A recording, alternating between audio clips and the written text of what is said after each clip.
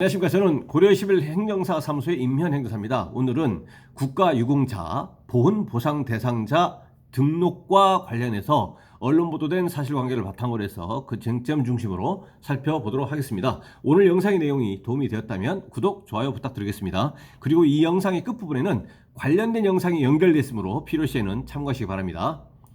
네, 먼저 제목을 보시면 군 야유회 숙소 복귀하다 추락, 수술 중 사망, 대법 보훈 대상자 아냐 라고 되어 있습니다. 여기서 보훈 대상자는 정확한 용어는 보훈 보상 대상자가 됩니다. 그 내용을 계속 보시겠습니다. 추락 사고로 군 병원에서 수술을 받은 뒤 회복 과정에서 심정지가 발생해 사망한 군인에 대해 대법원이 보훈 보상 대상자가 아니라는 판단을 내렸다.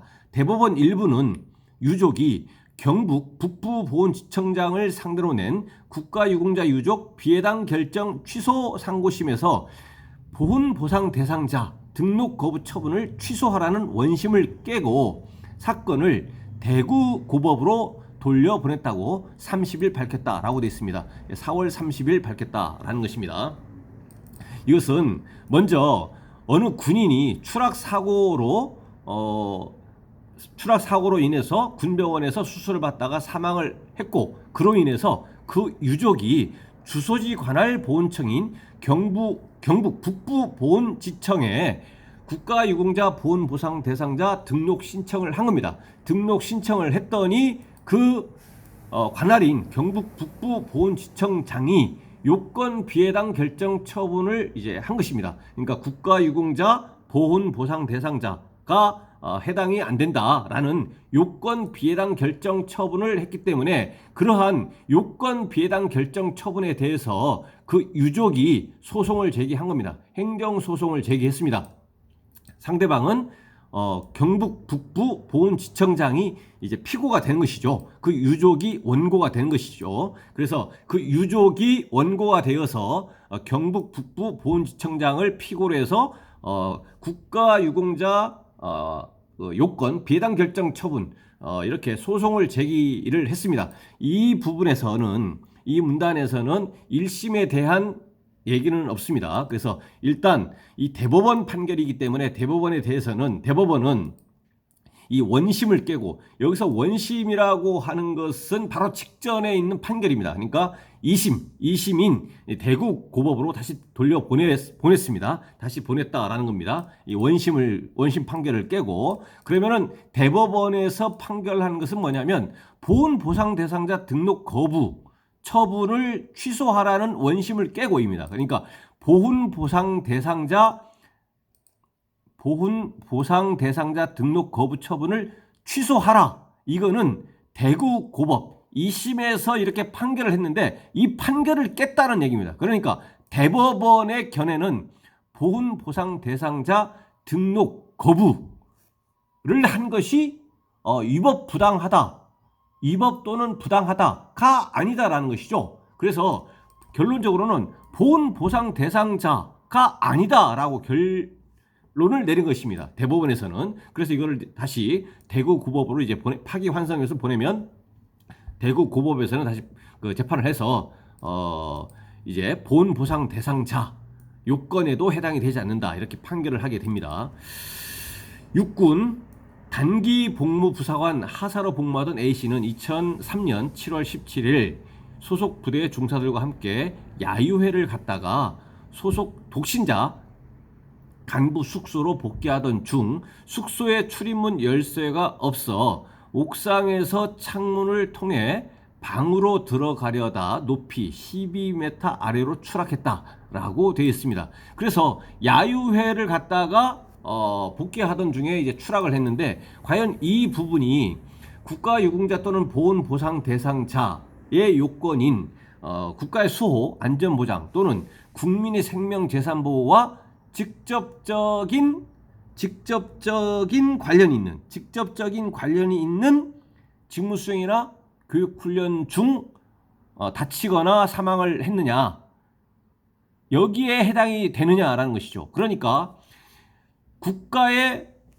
수호 또는 안전보장, 국가의 수호 안전보장 또는 국민의 생명 재산 보호와 직접적인 관련이 있는 직무 수행이나 교육 훈련 중에 다치거나 사망을 했다면 국가유공자 요건에 해당이 되고, 국가의 수호안전보장 또는 국민의 생명 재산 보호와 직접적인 관련이 없는 직무 수행이나 교육 훈련 중에 다치거나 사망을 했다면 보훈 보상 대상자가 됩니다. 그런데 이와 같은 국가의 수호안전보장 또는 국민의 생명 재산 보호와 직접적인 관련이 있는 것이라면 국가유공자 요건이고, 직접적인 관련이 없는 직무수행이나 교육훈련이라면 보훈 보상 대상자 요건이 되는데, 이와 같은 인과관계 자체가 인정이 되지 않는다면 국가유공자 요건에도 해당이 되지 아니하고 보훈 보상 대상자 요건에도 해당이 되지 않습니다. 그런데 이 당시에 이 A씨는 이로 인해서 이제 추락이 됐고, 그 다음에 군병원에서 수술을 받던 중에 이제 사망을 하게 됩니다. 계속 보시겠습니다. 인근 대학병원으로 이송된 A씨는 두개골 기저부 골절부터 우측 뒤꿈치뼈 분쇄 골절, 좌측 다리뼈 분쇄 골절 등이 진단을 받았다. 이후 군병원으로 이동해 분쇄 골절 부위에 대한 수술을 받았다. 그래서 추락이 됐고 군병원에서 이제 수술을 받았습니다. 그러나 전신 마취에서 각성시키는 회복 과정에서 부정맥 증상과 심정지가 발생했고 응급 심폐소생술까지 진행했으나 끝내 사망했다. 그래서 수술을 받았고 사망을 했습니다. 이후에 고인의 모친인 원고는 가족이죠. 고인의 모친인 원고는 피고에게 국가유공자 유족 등록 신청을 했으나 망인의 유족 사망이 국가유공자 및 보훈보상 대상자 요건에 해당하지 않는다는 이유로 거부가 됐습니다. 그래서 국가유공자 또는 국가유공자의 유족이 되기 위해서는 먼저 주소지 관할 보훈청에 국가유공자 보훈보상 대상자 등록 신청을 해야 됩니다. 등록 신청을 해서 그 요건에 해당이 되어지면, 여기서 요건에 해당이 된다라는 것은 뭐냐면, 최초에 등록 신청을 해서 그 등록 신청한 바에 따라서 바로 주소지관할 보훈청에서 국가유공자에 요건에 해당이 된다. 요건 해당 결정 처분을 해서 요건이 해당이 되는 경우가 있겠고, 그 다음에 요건이 해당이 되지 않는다라고 하면 지금 언론 보도 내용을 보시는 것처럼 그 불복구제 수단 방법을 통해서, 그러니까 지금 언론에서 언론 보도 보시는 것처럼 행정소송을 통해서 1심이든 2심이든 대법원이든 행정소송을 통해서 그 확정 판결 내용에 따라서 구제를 받을 수가 있는 겁니다. 여기서 확정 판결이라고 하는 것은 1심에서 승소해도 반드시 승소된 건 아니죠. 확정된 건 아닙니다. 왜냐하면 양 당사자 어느 누구가 또 항소를 하면 2심까지 고등법원까지 갈 수가 있는 것이고, 또 여기서 또 이겼다고 해서 꼭 이긴 건 아니죠. 왜냐하면 양 당사자 어느 누구가 상고를 하게 되면 대법원까지 갈 수가 있는 겁니다. 그래서 1심에서 승소하고 2심에서 승소하더라도 대법원에서 질 수도 있는 것이고, 또 그 반대가 될 수도 있는 것입니다. 이렇게 결과적으로 행정소송에서 확정 판결을 통해서 요건이 해당이 된다. 국가유공자나 보훈보상 대상자 요건에 해당이 된다라고 하는 결정 처분이 이렇게 결과적으로 그렇게 인정이 되어진 경우에 한해서 사망한 경우에는 신체 검사가 필요 없는 것이고, 상해를 입은 경우, 부상을 당한 경우, 그 경우에는 이제 신체 검사를 통해서 1급이냐 2급이냐 3급이냐 7급까지 신체 검사를 통해서 7급까지 해당이 되어야만 그 급수에 해당하는 보상금 등 수혜를 받게 됩니다. 물론 이제 중대법규, 중대 범죄 전과, 중대 전과 기록이 없어야 됩니다. 그래서 최초에 고인의 가족이, 어머니가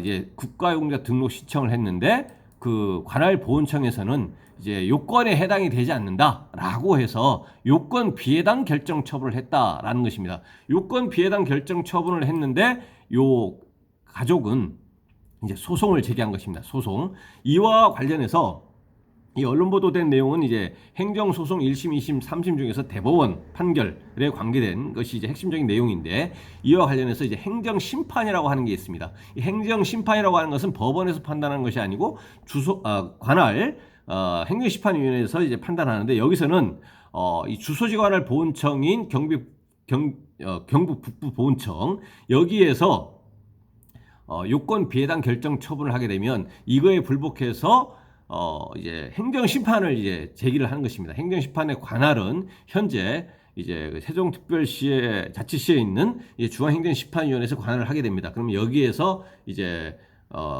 심리를 해서 이제 결정을 하게 됩니다. 재결이라는 용어를 사용을 합니다. 예, 재결을 해서 요건이 해당이 된다라고 하면 그것은 확정입니다.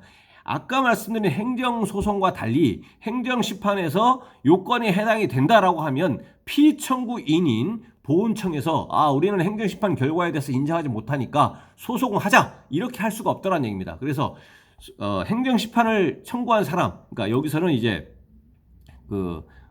고인의 모친 입장에서는, 행정심판을 청구한 청구인의 입장에서는 행정심판 단계에서 목적을 달성해버리면 피청구인이 그에 대해서 불복하지를 못하기 때문에 확정적으로 구제를 받는 겁니다. 소송의 경우에는 1심에서 이겼다고 해도 반드시 이긴 건 아닙니다. 왜냐하면 양 당사자 모두에게 항소할 수가 있고 또 상고할 수 있는 상고권이 인정이 되기 때문에 1심에서 이겨도 반드시 이긴 것으로 확정된 건 아니다. 2심에서 이겨도 반드시 이긴 것은 아니다. 왜냐하면 상대방이 항소 및 상고를 할 수가 있기 때문에. 그런데 행정심판에서는 행정심판 단계에서 행정심판 청구한 사람이 이겨버리면, 구제가 돼버리면 끝난 것이다. 왜냐? 피청구인이 이에 불복해서 우리 소송하자, 이렇게 할 수 없다는 얘기입니다. 그런데 행정심판 단계에서 이 행정심판을 청구한 사람이 구제를 받지 못했다.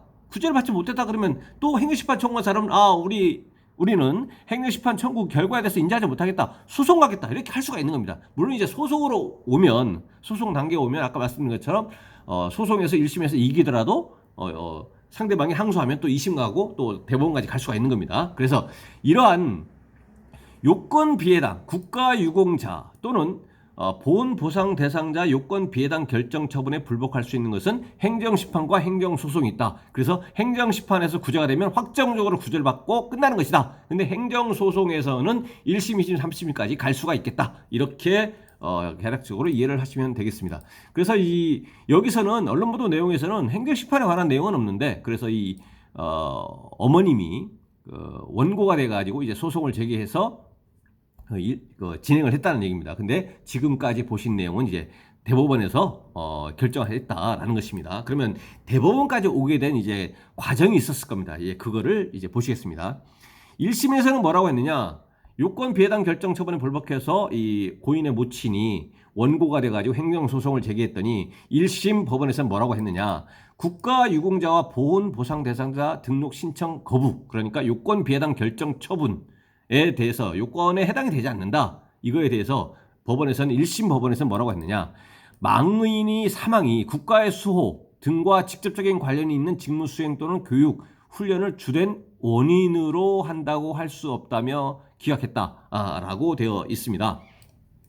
그래서 1심에서는 이 표현 자체는 다소 일단은 애매한데요. 1심에서는 결과적으로 국가의 수호 안전보장 또는 국민의 생명 재산 보호와 직접적인 직무 수행이나 교육 훈련 중에 사망을 했다고 볼 수 없다라는 이유로 국가유공자 요건에도 해당이 되지 아니하고, 또 국가의 수호 안전보장 또는 국민의 생명 재산 보호와 직접적으로 관련이 없는 직무 수행이나 교육 훈련 중에 사망을 했다고도 볼 수 없어서 보훈 보상 대상자 요건에도 되지 않는다라고 해서 1심 판결에서는 전부 다 인용을 한 것이 아니라 기각을 시켰습니다. 그래서 이에 불복해서 다시 이제 항소를 한 거죠. 항소를 해서 그랬더니 2심에서는 뭐라고 했느냐? 예비적 청구 부분인 보훈 보상 대상자 유족 등록 거부 처분을 취소하라며 1심을 뒤집었다. 2심은 군병원에 입원해 치료받는 것은 군인이 전투력을 회복해 그 직무인 병영에 회복할 목적으로 임하는 준비 행위라며 등록 거부 처분 부분은 위법하다고 봤다라고 되어 있습니다. 그래서 2심 부분에 대해서 이거를 살펴보면 2심 그 판결, 여기서 이제 고등법원이죠. 대법원의 바로 그 하급심인 그 고등법원에서는 2심에서는 예비적 청구, 그러니까 그 국가유공자 요건에 대해서는 인정하지 못하겠다라는 1심 법원과 동일한 견해인 것이고, 예비적 청구 부분인 그러니까 보훈 보상 대상자 요건에는 해당이 된다라는 것이죠. 그러니까 국가의 수안전보장 또는 국민의 생명 재산 보호와 직접적인 관련이 없는 직무 수행이나 교육 훈련 중에 사망을 했다고 볼 수가 있다라고 하면서 보훈 보상 대상자 요건에는 해당이 된다라는 겁니다. 그거에 대해서 뭐라고 한 것이냐 하면, 여기서 1심을 뒤집었다라는 것은 보훈 보상 대상자 요건에는 해당이 된다라는 겁니다. 그래서 그 이유는 뭐냐면 군병원에 입원해 치료를 받는 것, 그러니까 추락 사고가 발생했고 그로 인해서 군병원에 입원해서 치료를 받는 행위, 이것은 군인이 전투력을 회복해 그 직무인 병역에 복귀할 목적으로 임하는 준비행위다라는 겁니다. 이 준비행위, 그 직무인 병역에 복귀할 목적으로 임하는 준비행위에 해당이 되기 때문에 보훈 보상 대상자 요건에 해당이 된다. 그래서 이 부분에 대해서 인정하지 않는 것은 위법하다라는 것인데, 그러면 이 준비행위와 관련해 가지고 이 직무행위를 직접적으로 하는 것뿐만 아니라, 어떤 훈련이라든가 이렇게 하는 직무행위를 직접적으로 하는 것뿐만 아니라 그러한 직무행위를 하기 위해서 그 전에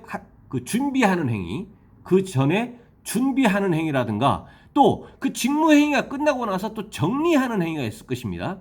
정리하는 행위라든가 또 그러한 직무행위를 하기 위해서 군부대에서 그 직무행위를 하기 위한 장소로 이동을 하는 행위라거나 또 그 행위를 하고 나서 끝나고 나서 정리행위까지 다 하고 나서 다시 부대로 복귀를 위한 이동행위, 이러한 것까지도 전부 다 직무행위의 일환으로, 직무행위의 그 연속성, 연장으로 이렇게 다 보거든요. 결론적으로 직무행위로 이렇게 본다는 얘기입니다. 그 범위에 포함이 된다라는 것입니다. 그래서 여기서는 그 직무인 병역에 복귀할 목적으로 임하는 준비행위에 해당하기 때문에 보훈 보상 대상자 요건에 해당이 된다라는 것입니다. 그래서 이 군인이 추락 사고가 발생을 하고 나서 군 병원에 입원해서 치료를 받는 것은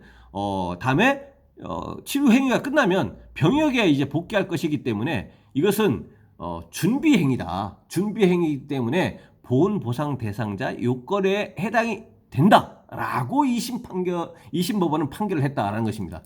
그렇지만 대법원은 보훈 보상 대상자가 될 수 없다는 취지로 사건을 돌려보냈습니다. 그러니까 1심에서는 국가유공자나 보훈 보상 대상자나 어느 것도 인정될 수 없다라는 것이고, 2심에서는 국가유공자는 인정이 안 되지만 보훈 보상 대상자 요건에는 해당이 된다. 2심에서는 이것은 준비행위에 해당이 되기 때문이다라는 것이죠. 핵심적으로. 그렇지만 대법원에서는 뭐라고 했느냐? 보훈 보상 대상자도 되지 않는다라는 것이죠. 그래서 이제 대법원의 결과까지 보면 결과적으로 국가유공자도 되지 않고 보훈 보상 대상자도 되지 않는다라는 것입니다. 이거를 보면 막연히 전투력 회복이나 병역 복귀, 이것은 이제 2심 판결의 논리인 것이죠. 이제 전투력의 회복이나 이 전투력을 이제 회복해 가지고 그 직무인 병역에 복귀할 목적으로 하는 준비 행위다라는 것이죠. 그래서 막연히 전투력의 회복이나 병역 복귀라는 추상적 의무가 있다, 이러한 사정만으로는 이해에 해당한다고 보기 어렵다는 겁니다. 그래서 이 준비 행위라고 하기 위해서는 추상적인 것이 아니라, 직무가 추상적이어야 되는 것이 아니라 구체적이면서 특정이 돼야 된다 이거죠. 그래서 구체적으로 특정된 직무, 거기에 목적으로 하는 준비 행위라는 것이지, 막연하게 병역에 복귀할 목적으로 임하는 준비 행위가 아니고 구체적으로 구체적으로 특정된 직무행위를 준비하는 행위여야 된다라는 것입니다.